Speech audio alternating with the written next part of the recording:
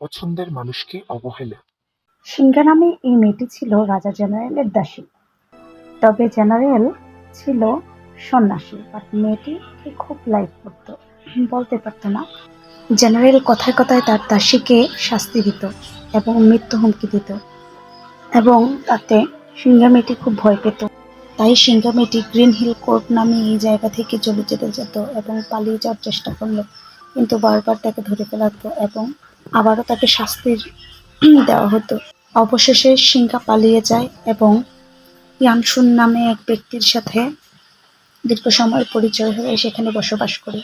পরবর্তীতে সে এই রাজ্যের ছাড়পত্রের জন্য তার জেনারেলের কাছে আসে এবং জেনারেল তার সাথে আগের মতোই ব্যবহার করে, কিন্তু তার মায়া বরাজ যেই ব্যবহার আর তাকে দেখাতে পারেনি এবং মেয়েটিকে বলল, তুমি নিজের জন্য বাঁচো।